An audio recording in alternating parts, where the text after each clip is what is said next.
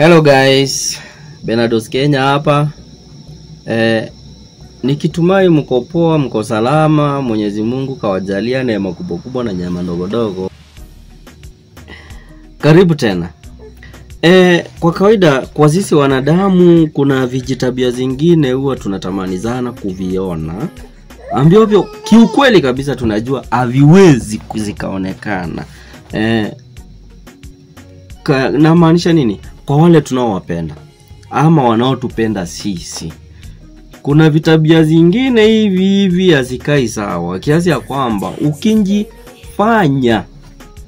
ukijifanya ama ukijaribu kutaka aziache yule unayempenda, aswa mwanamke, ni rahisi sana ukampoteza kwa ajili ya kwamba wewe mwenyewe kafikiria anakupenda, kumbe sio hivyo.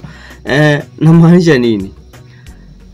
Kuna hizi vitu mtu unaweza pata yeye amekaa tu ako online mala sio nini, kiasi ya kwamba hata ukimuuliza bebe ama mpenzi wangu kuna nini, akuongeleshi nini, saa zile unajaribu tu kumwambia hii nayo si imezindikana, instead anakuambia ni hivyo ulikuwa unafikiria.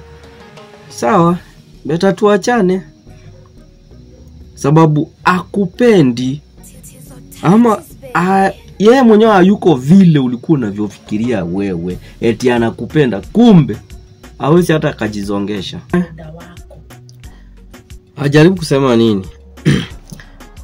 Kama utampoteza kwa sababu ulijaribu kumlenga kuhusiana na tabia zake, ina maana kwamba huyo mtu akupendi kabisa kama vile wewe ulikuwa unafikiria wewe, sababu wewe unampenda ukidhania anakupenda, kumbe sivyo.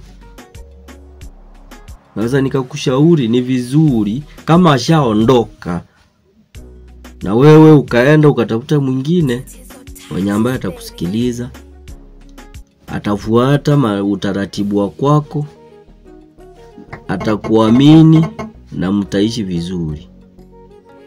La mwisho nikimalizia, tusisahau kulike, comment, kushare, na cha muhimu zaidi ujaribu tu kubonyeza pale chini kwa ile alama ya kengele, usubscribe to my YouTube channel Benados Kenya Official. Bye bye.